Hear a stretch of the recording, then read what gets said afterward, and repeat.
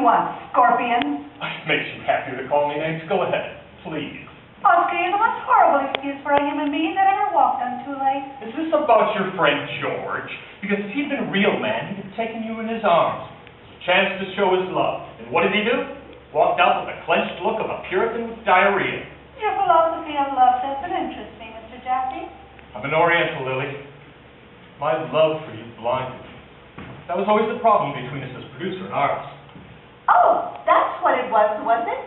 How about your name in lights bigger than everybody else's? The good delusions that you were Shakespeare, Cardinal Richelieu, and the Grand Lama of Tibet all rolled into one. You're right. Yeah? I admit it. We do get wiser as we get older. I never appreciated your real greatness until I lost you.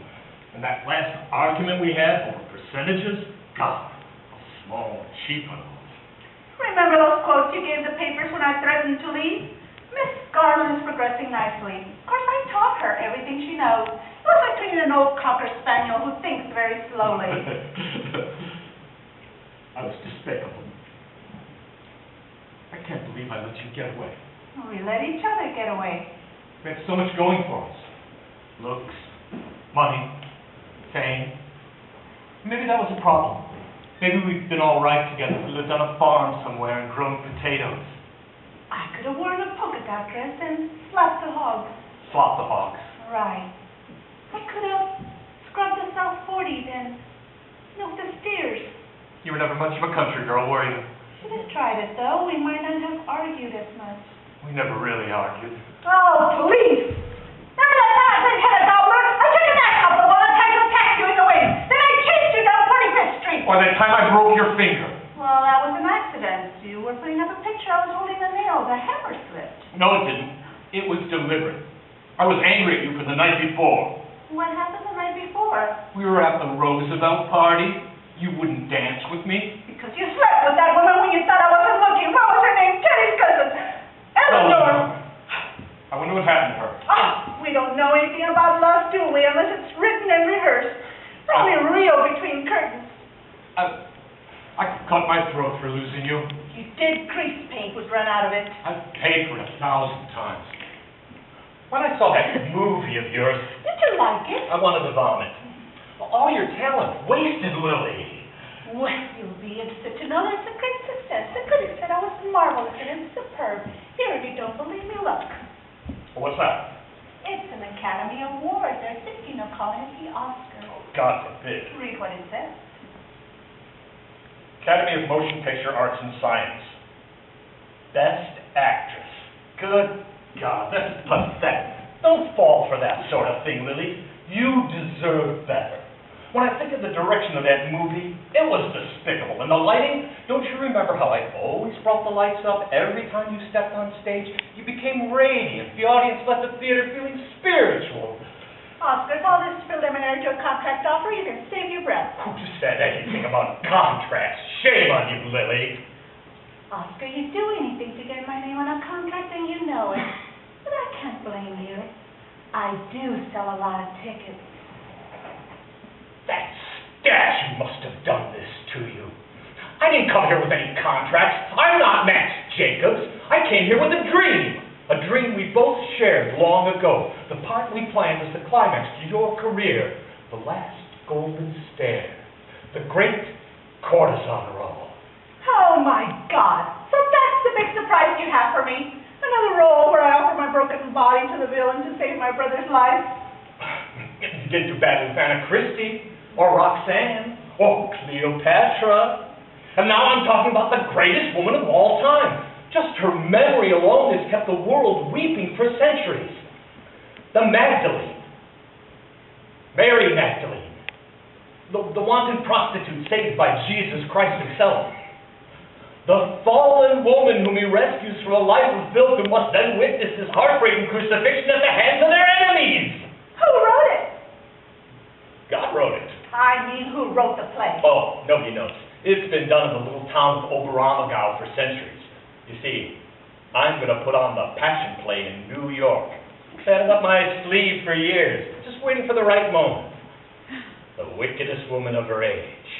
Heartless, sensual, beautiful. corrupting everything she touches, running the gamut from gutter to glory. Can you see her, Lily? This little wanton in tears at the foot of the cross. Wait, I have an idea. I'll have Judas Iscariot strangle himself with her hair. No. Wait! Why not have Judas drink the poison that was intended for Mary? That's an inspiration. Then as he dies in agony, she stands over him and says, Die, thou wicked creature! You got it, Lily. I see the whole thing. I see the Magdalene as a fine, aristocratic woman with folds of silk framing her forehead. Then, after being heartbroken by someone she loves, she goes down to the depths. I'm going to make it my greatest production ever. I brought over an entire troupe from Europe. I had to fly to Nuremberg to find them. I'm going to have real camels and sand brought in from the Holy Land. I'm going to have a banquet in the second act for your lover, Pontius Pilate. You have your slaves around you. You're covered with emeralds from head to foot. There's not a stitch of clothing underneath. Why, Pontius, why do you stare at me? Have you not seen my gems before? Pilate begs you to marry him. You laugh in his face. Ha ha! Your cruel, terrible laughter rings throughout the palace and makes his blood run cold. My blood, it's cold. But that's nothing compared to the finish, where you stand in rags in the anteroom, and the Emperor Nero himself offers you half his kingdom. You answer him with a speech which might be the greatest piece of literature ever written. Never, you cry! Never will I betray the love and trust of he who loves and trusts us all! Nero cringes, and the last we see you is this pathetic little figure in the distance, in the marketplace, selling olives. Olives, 3 for a drachma, olives.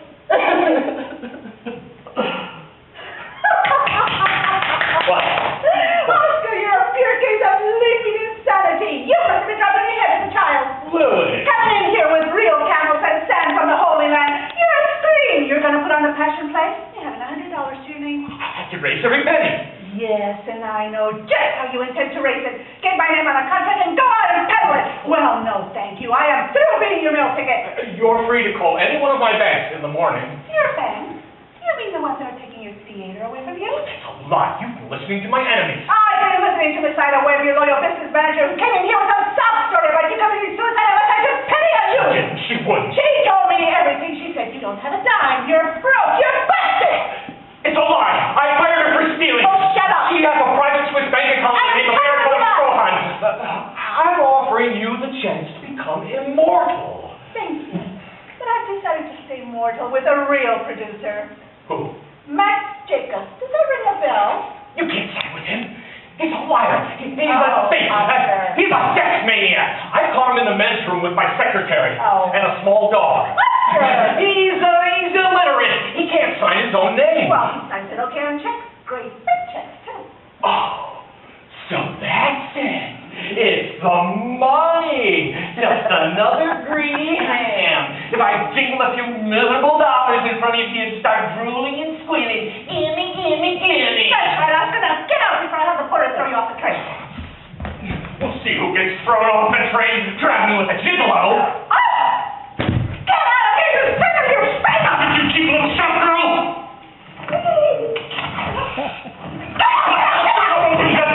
I can't hear anything on. You walk your foot. In your name, I say that. There's a God in heaven. You'll wind up where you belong, in a burlesque house. Say you meet to Imelda Beltran. No!